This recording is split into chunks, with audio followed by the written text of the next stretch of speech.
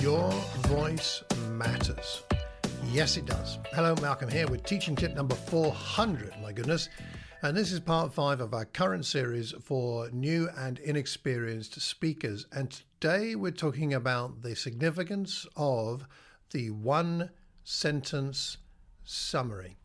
What's that all about? Well, this idea comes from my good old friend, Rob Payne. He wrote in and said this: keep working at the material until you can sum up the whole sermon in one succinct sentence and end with that sentence. Well said, Rob. Really important. What does it mean? Let's go on and talk about that. And we're going to talk about roses and boiling. Yes, roses and boiling. So first of all, the why the one sentence summary is so helpful and important. Let me illustrate. So I have a watering can, and on that watering can, I have on the end of it what's called a rose, a watering can rose. So it's a circular thing you stick on the end of the nozzle of the watering can with lots of holes in it, so that when you water, say, a flower bed, you water a wider area. The water comes out and spreads. On the other hand, if I want to water one particular plant, I take that rose off and I water directly through the nozzle, the spout, the end of the watering can, so that all the water goes on that one particular plant, perhaps in a plant pot. And I just want that one pot to be watered. I don't want to spray the water everywhere. Not all the plants need it. Not all of that, like if it was on a driveway, I'd be wasting water on the driveway. I want it to go into the pot. It's a little bit like that, metaphorically speaking, when we're talking about all the truth contained in a text. There's a lot of truth. But we don't need it to be spread everywhere. We need it to be focused onto the needs of that one particular congregation. This is not a perfect analogy, but it'll do for today. I think you get the idea that there's some truth in that passage that particular congregation need from you on that occasion. What is that? You need to target it, and therefore you need a narrower stream of truth, water, going into that to water that congregation than you otherwise would need. You don't need to spray it everything at people. So this, you can adapt that analogy if you like, but it's more like the nozzle than the rose. In that way, you make sure that you're clear in what you're trying to communicate to that group, which has particular needs, right? It's kind of like a compass that helps you also in your preparation of figuring out whether all the things you're adding to your lesson are going to fit with that.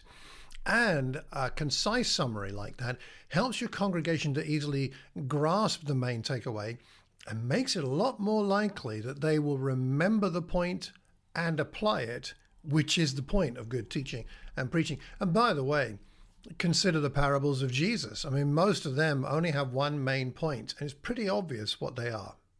So that's the rose. Secondly, though, the boiling. What are we talking about in terms of boiling? Well, one of my favorite meals to cook, one of my favorite dishes, is a reduced stew.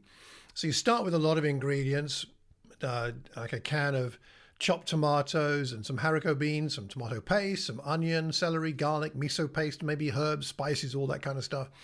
And it's quite bulky with its volume of liquids. And then you boil it down and you boil it down, you evaporate the water off until it's almost like a paste. And then when you eat that, the flavors are concentrated. The piquancy is powerful. The textures, when you eat it, they're tangible. And if it weren't reduced, it would be like a watery, flavorless mush. And who wants to eat that? So finding your one sentence summary is boiling everything down to that one topic, that one issue out of that text.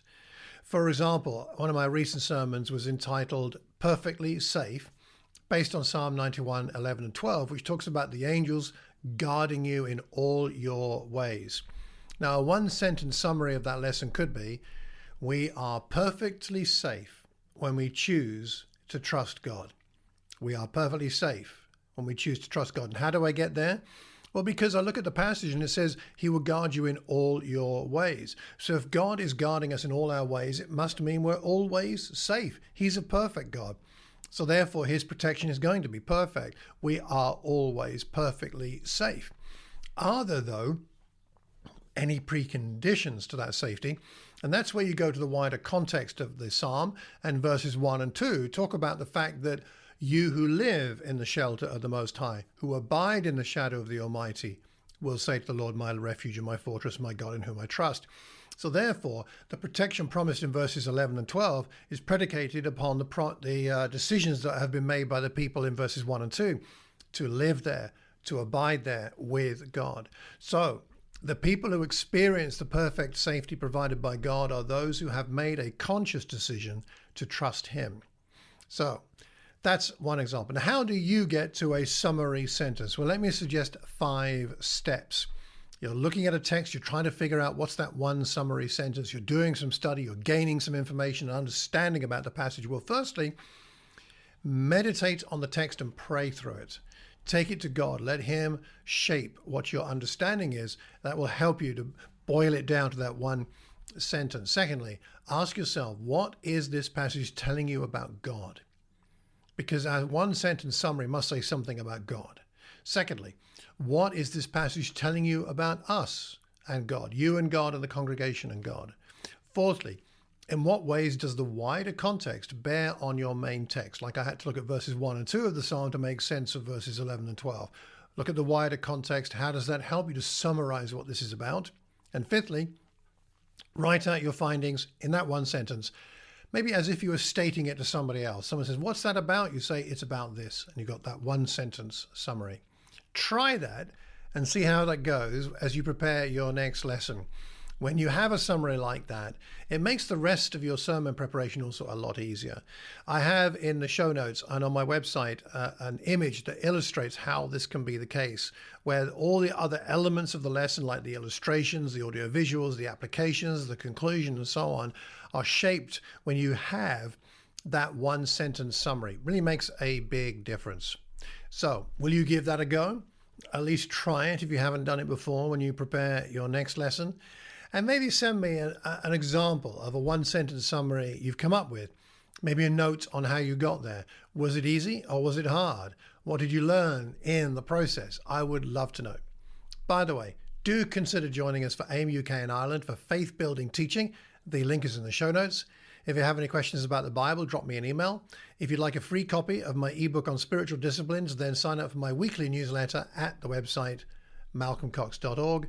And remember, at all times, to keep calm and carry on teaching. Take care and God bless.